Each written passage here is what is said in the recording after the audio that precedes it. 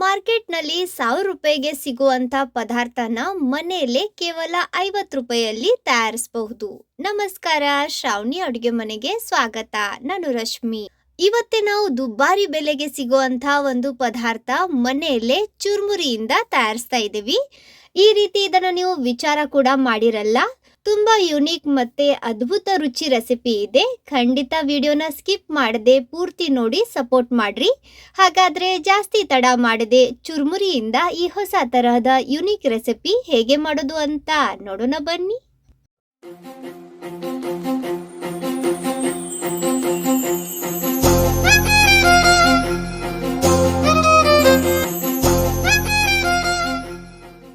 ಈ ರೆಸಿಪಿ ಮಾಡೋಕೆ ನಾನು ಇಲ್ಲಿ 2 ಕಪ್ನಷ್ಟು ಚುಮ್ಮರಿ ತಗೊಂತಾ ಇದ್ದೀನಿ. ನಮ್ಮ ಉತ್ತರ ಕರ್ನಾಟಕ ಸೈಡ್ ಚುರ್ಮುರಿಗೆ ಚುಮ್ಮರಿ ಅಂತಾರೆ. ನೋಡ್ರಿ, ಈ ತರ ಒಂದ್ ಸ್ವಲ್ಪ ಗಟ್ಟಿ ಮತ್ತೆ ಬೆಳ್ಳಗೆ ಇರ್ತಾವ್ ನೋಡ್ರಿ. ಇದಕ್ಕೆ ಬೆಳಗಾವ್ ಚುಮ್ಮರಿ ಅಂತಾರೆ. ಇವನ್ನೇ ತಗೋರಿ. ನಾವು ಸ್ಟ್ರೀಟ್ ಸೈಡ್ ಭೇಳ್ ಅಥವಾ ಬಡಂಗ್ ತಿಂತೇವ್ ನೋಡ್ರಿ, ಅದನ್ನ ಇದೇ ಚುಮ್ಮರಿಯಿಂದ ಮಾಡಿರ್ತಾರೆ. ಈ ತರ ಕೂಡ ಚುಮ್ಮರಿ ಬರ್ತವೆ. ಇವನ್ನ ನಾವು ಸೂಸ್ಲಾ ಮಾಡೋಕೆ ಯೂಸ್ ಮಾಡ್ತೇವಿ. ಇವನ್ನ ತಗೋಬೇಡ್ರಿ. ಬೆಳಗಾವ್ ಚುಮ್ಮರಿ ಅವೈಲೇಬಲ್ ಇದ್ರೆ ಅವನ್ನೇ ತಗೋರಿ. ಯಾಕಂದ್ರೆ ನಾವು ಮಾಡ್ತಾ ಇರೋ ರೆಸಿಪಿ ಬೆಳಗಾವ್ ಚುಮ್ಮರಿ ತಗೊಂಡು ಮಾಡಿದ್ರೆ ಚೆನ್ನಾಗಿ ಬರುತ್ತೆ. ಸೊ ಇವನ್ನ 2 ಕಪ್ನಷ್ಟು ತಗೊಂಡು ಚೆನ್ನಾಗಿ ಸಾಣಿಸಿ ಕಸ ಕಡ್ಡಿ ಏನಾದರೂ ಇದ್ರೆ ತೆಗೆದು ಕ್ಲೀನ್ ಮಾಡಿ ತಗೋರಿ. ಇವಾಗ ಇವನ್ನ ನಾವು ಒಂದು ಸ್ವಲ್ಪ ಬಿಸಿ ಮಾಡಿ ತಗೋಬೇಕು. ನಾನು ಇವನ್ನ ಅಗಾರೋ ಹನಿಕೋಮ್ ಪ್ಯಾನ್ನಲ್ಲಿ ಬಿಸಿ ಮಾಡ್ತಾ ಇದ್ದೀನಿ. ಗ್ಯಾಸ್ ಮೀಡಿಯಂ ಫ್ಲೇಮ್ನಲ್ಲಿ ಇಟ್ಟು ಒಂದು ಅರ್ಧ ನಿಮಿಷ ನೋಡ್ರಿ ಈ ರೀತಿ ಕೈ ಆಡಿಸ್ತಾನೆ ಇವನ್ನ ಬಿಸಿ ಮಾಡಿ ತಗೋರಿ. ಈ ರೀತಿ ಒಂದು ಸ್ವಲ್ಪ ಹುರಿದು ತಗೊಳ್ಳೋದ್ರಿಂದ ಇವೇನಾದರೂ ಮೆತ್ತಗೆ ಆಗಿದ್ರೆ ಇದರಲ್ಲಿನ ಎಲ್ಲ ಮಾಯಿಶ್ಚರ್ ಹೊರಟೋಗಿ ಇವು ಕ್ರಿಸ್ಪಿ ಆಗ್ತವೆ.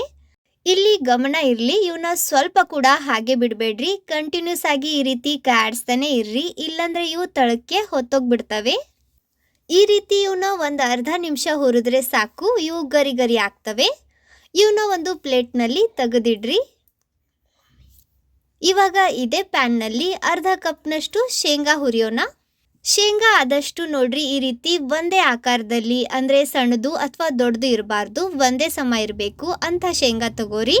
ಅಂದರೆ ಹುರಿಬೇಕಾದ್ರೂ ಎಲ್ಲ ಶೇಂಗಾ ಇವನ್ ಆಗಿ ಹುರಿತೀವಿ. ಇಲ್ಲಾಂದರೆ ಸಣ್ಣ ಶೇಂಗಾ ಬೇಗ ಹುರಿಯತ್ತೆ. ಸೊ ದೊಡ್ಡ ಶೇಂಗಾ ಹುರಿಯೋಷ್ಟೊತ್ತಿಗೆ ಸಣ್ಣ ಶೇಂಗಾ ಹೊತ್ತೋಗ್ಬಿಡತ್ತೆ. ಅದಕ್ಕೆ ಈ ರೀತಿ ಒಂದೇ ಸಮ ಇರೋ ಶೇಂಗಾ ತಗೋರಿ. ಯಾಕಂದರೆ ಇವು ಸ್ವಲ್ಪನೂ ಕಪ್ಪಾಗಬಾರ್ದು, ಆ ರೀತಿ ಹುರಿಬೇಕು. ಗ್ಯಾಸ್ ಲೋ ಟು ಮೀಡಿಯಂ ಫ್ಲೇಮ್ನಲ್ಲಿ ಇಟ್ಟು ನಾವು ಆಗಲೇ ಚುಮ್ಮರಿ ಹುರಿದ್ವಿ ನೋಡ್ರಿ, ಅದೇ ರೀತಿ ಇವನ್ನ ಹುರಿದು ತಗೋರಿ.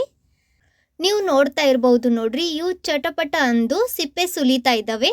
ಸೊ ಈ ರೀತಿ ಸಿಪ್ಪೆ ಸುಲಿದ್ರೆ ಸಾಕು. ನೋಡ್ರಿ, ಕೈಯಲ್ಲಿ ಒಂದು ಶೇಂಗಾ ತಗೊಂಡು ಈ ರೀತಿ ಒಂದು ಸ್ವಲ್ಪ ರಬ್ ಮಾಡ್ರಿ. ಇದರ ಪೂರ್ತಿ ಸಿಪ್ಪೆ ಬಿಚ್ತಾ ಇದೆ. ಈ ರೀತಿ ಹುರಿದ್ರೆ ಸಾಕು. ಎಲ್ಲ ಶೇಂಗಾ ಒಳಗಿಂದ ಚೆನ್ನಾಗಿ ಬೆಂದಿದ್ದಾವೆ. ಸೊ ಕಲರ್ ಚೇಂಜ್ ಆಗಬಾರ್ದು, ಅಷ್ಟು ಗಮನಕ್ಕೆ ತಗೊಂಡು ಇವನ್ನ ಈ ರೀತಿ ಚೆನ್ನಾಗಿ ಹುರಿದು ತಗೋರಿ. ಈ ರೀತಿ ಇವನ್ನ ಹುರಿಯೋಕೆ ನನಗೆ 6ರಿಂದ 8 ನಿಮಿಷ ಬೇಕಾಯಿತು. ಇವು ಆರಿದ ನಂತರ ಇವನ್ನ ನಾವು ಸಿಪ್ಪೆ ತೆಗೆದು ತಗೋಬೇಕು. ಇವಾಗ ಇದೇ ಪ್ಯಾನ್ನಲ್ಲಿ 1/4 ಕಪ್ನಷ್ಟು ಗೋಡಂಬಿ ಹುರಿದು ತಗೊಳ್ಳೋಣ.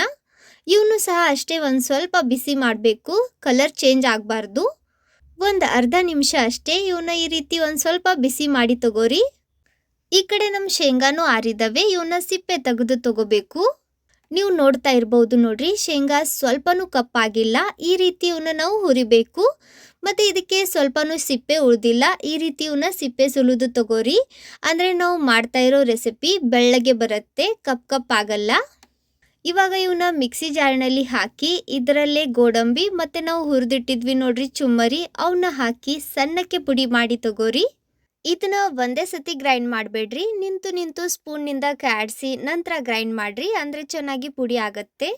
ನೀವು ನೋಡ್ತಾ ಇರ್ಬೋದು ನೋಡ್ರಿ, ಈ ರೀತಿ ಎಷ್ಟು ಆಗತ್ತೆ ಅಷ್ಟು ಸಣ್ಣಕ್ಕೆ ಇವನ್ನ ಪುಡಿ ಮಾಡ್ರಿ. ನೋಡ್ರಿ, ಇದರಲ್ಲಿ ಸ್ವಲ್ಪನೂ ಯಾವುದೇ ಗೋಡಂಬಿ ಇರಲಿ ಅಥವಾ ಶೇಂಗಾ ತುಂಡು ಉಳಿದಿಲ್ಲ. ಈ ರೀತಿ ಇದನ್ನ ಫೈನ್ ಪೌಡರ್ ಮಾಡಿ ತಗೋರಿ.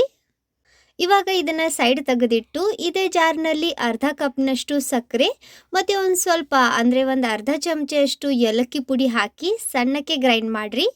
ನೋಡ್ರಿ, ಈ ರೀತಿ ಫೈನ್ ಪೌಡರ್ ಮಾಡಿ ತಗೋರಿ. ಇವಾಗ ಇದನ್ನ ಸಾಣಿಸಿ ತಗೊಳ್ಳೋಣ. ಅಂದರೆ ಇದರಲ್ಲಿ ಸಕ್ಕರೆ ದೊಡ್ಡ ದೊಡ್ಡ ತುಂಡು ಏನಾದರೂ ಉಳಿದಿದ್ರೆ ಸೆಪ್ರೇಟ್ ಆಗ್ತವೆ. ನೋಡ್ರಿ, ಈ ರೀತಿ ಸಕ್ಕರೆ ತುಂಡು ಉಳಿದಿರ್ತವೆ, ಇವನ್ನ ತೆಗೆದ್ಬಿಡ್ರಿ. ಇವಾಗ ಇದರಲ್ಲೇನೆ ನಾವು ಚುಮ್ಮರಿ ಪುಡಿ ಮಾಡಿ ಇಟ್ಟಿದ್ವಿ ನೋಡ್ರಿ, ಅದನ್ನ ಹಾಕಿ ಸಾಣಿಸಿ ತಗೊಳ್ಳೋಣ. ಈ ರೀತಿ ಮುಂಚೆ ಸಕ್ಕರೆ ಪುಡಿ ಸಾನಿಸಿ ನಂತರನೇ ಈ ಚುಮ್ಮರಿ ಪುಡಿ ಸಾನಿಸ್ರಿ, ಅಂದರೆ ಈಸಿ ಆಗತ್ತೆ. ಮುಂಚೆ ನೀವು ಚುಮ್ಮರಿ ಪುಡಿ ಸಾಣಿಸಿದ್ರೆ ಇದು ಸಾಣಿಗೆಯಲ್ಲಿ ಸಿಕ್ಕಾಕೊಳ್ಳುತ್ತೆ. ಸೊ ಅದರಿಂದ ಸಕ್ಕರೆ ಪುಡಿ ಸಾಣಿಸೋಕೆ ಕಷ್ಟ ಆಗತ್ತೆ. ಅದಕ್ಕೆ ಮುಂಚೆ ಸಕ್ಕರೆನ ಸಾನಿಸಿ ನಂತರ ಈ ಪುಡಿನ ಸಾನಿಸ್ರಿ. ನಡುವೆ ನಡುವೆ ಈ ರೀತಿ ಸ್ಪೂನ್ನಿಂದ ಕಾಡ್ಸ್ರಿ, ಅಂದರೆ ಸಾನಿಸೋಕೆ ಈಸಿ ಆಗತ್ತೆ. ಇವಾಗ ಈ ಎರಡು ಪುಡಿನ ಮಿಕ್ಸ್ ಮಾಡಿ ತಗೊಳ್ಳೋಣ. ಸ್ಪೂನ್ನಿಂದ ಬೇಡ, ಕೈನಿಂದನೇ ಕಲಸೋಣ, ಅಂದರೆ ಚೆನ್ನಾಗಿ ಮಿಕ್ಸ್ ಆಗ್ತವೆ. ನೋಡ್ರಿ, ಈ ರೀತಿ ಇವನ್ನ ಒಂದರಲ್ಲಿ ಒಂದು ಚೆನ್ನಾಗಿ ಮಿಕ್ಸ್ ಮಾಡ್ಕೊಂಡ ನಂತರ ಇವಾಗ ಇದರಲ್ಲಿ ಸ್ವಲ್ಪ ಹಾಲು ಹಾಕಿ ಇದನ್ನು ಕಲಸ್ರಿ. ಒಂದು 4-5 ಚಮಚೆ ಅಷ್ಟೇ ಹಾಲು ಹಾಕ್ರಿ. ಜಾಸ್ತಿ ಹಾಲು ಹಾಕೋಕೆ ಹೋಗ್ಬೇಡ್ರಿ, ಇಲ್ಲಾಂದ್ರೆ ಇದು ಬಹಳ ತೆಳ್ಳಗೆ ಆಗತ್ತೆ. ಸಕ್ಕರೆ ಹೇಗೆ ಕರಗತ್ತೆ ನೋಡ್ರಿ, ಹಾಗೆ ಕ್ರಮೇಣ ಈ ಮಿಕ್ಸ್ಚರ್ ಮೆತ್ತಗೆ ಆಗ್ತಾ ಬರುತ್ತೆ. ನೋಡಿಕೊಂಡು ಸ್ವಲ್ಪ ಹಾಲು ಹಾಕಿ ಇದನ್ನು ನೋಡ್ರಿ ಈ ರೀತಿ ಗಟ್ಟಿ ಹದಕ್ಕೆ ಕಲಸ್ರಿ. ತೀರಾ ಗಟ್ಟಿನೂ ಬೇಡ ಮತ್ತು ಬಹಳ ತೆಳ್ಳಗೆನೂ ಬೇಡ, ಈ ರೀತಿ ಮೀಡಿಯಂ ಸಾಫ್ಟ್ ಇರಬೇಕು ಇದು. ಈ ಥರ ಇದನ್ನು ಹಿಟ್ಟಿನ ಹದಕ್ಕೆ ಕಲಿಸ್ಕೊಂಡ ನಂತರ ಇವಾಗ ಇದರಲ್ಲಿ 1 ಚಮಚೆಯಷ್ಟು ತುಪ್ಪ ಹಾಕ್ರಿ. ಇದನ್ನು ಮುಂಚೆ ಈ ರೀತಿ ಕಲಸಿ ನಂತರನೇ ತುಪ್ಪ ಹಾಕ್ರಿ, ಅಂದರೆ ಕರೆಕ್ಟ್ ಮೆಜರ್ಮೆಂಟ್ ಗೊತ್ತಾಗತ್ತೆ. ಇವಾಗ ಈ ತುಪ್ಪ ಹಿಟ್ಟಿಗೆ ಎಲ್ಲ ಕಡೆ ಚೆನ್ನಾಗಿ ಹತ್ತಬೇಕು, ಆ ರೀತಿ ಇದನ್ನು ಮಿದ್ದಿ ತಗೋರಿ. ನಾವು ಹಾಕಿರೋ ಈ ತುಪ್ಪ ಹಿಟ್ಟಿನಲ್ಲಿ ಪೂರ್ತಿ ಚೆನ್ನಾಗಿ ಮಿಕ್ಸ್ ಮಾಡಿದ ನಂತರ ಇವಾಗ ಇದನ್ನು ಉಳ್ಳಿ ಮಾಡಿ ಲಟ್ಟಣಿಗೆಯಿಂದ ಲಟ್ಟಿಸ್ರಿ. ನೋಡ್ರಿ, ಈ ರೀತಿ ಒಂದು ಸ್ವಲ್ಪ ದೊಡ್ಡ ಆಕಾರ ಬಂದ ನಂತರ ಈ ರೀತಿ ಎಡ್ಜಸ್ಗೆ ಇದು ಬಿರುಕ್ಬಿಡುತ್ತೆ. ಆಗ ನೋಡ್ರಿ ಕೈನಿಂದ ಇದನ್ನು ಒಳಗಿನ ಸೈಡ್ ಪ್ರೆಸ್ ಮಾಡ್ತಾ ಇದಕ್ಕೆ ಸ್ಕ್ವೇರ್ ಆಕಾರ ಕೊಡ್ರಿ. ಸ್ಕ್ವೇರ್ ಆಕಾರದ ಟಿನ್ ಅವೈಲೇಬಲ್ ಇದ್ದರೆ ಅದರಲ್ಲಿ ನೀವು ಇದಕ್ಕೆ ಈಸಿಯಾಗಿ ಆಕಾರ ಕೊಡ್ಬೋದು. ನಿಮಗೆ ಎಷ್ಟು ಬೇಕು ಅಷ್ಟು ತೆಳ್ಳಗೆ ಲಟ್ಟಿಸ್ರಿ. ನಾನು ಮಾರ್ಕೆಟ್ನಲ್ಲಿ ನಾರ್ಮಲಿ ಸ್ವೀಟ್ ಸಿಗತ್ತೆ ನೋಡ್ರಿ, ಅಷ್ಟು ಥಿಕ್ನೆಸ್ಗೆ ಇದನ್ನು ಲಟ್ಟಿಸ್ತಾ ಇದ್ದೀನಿ.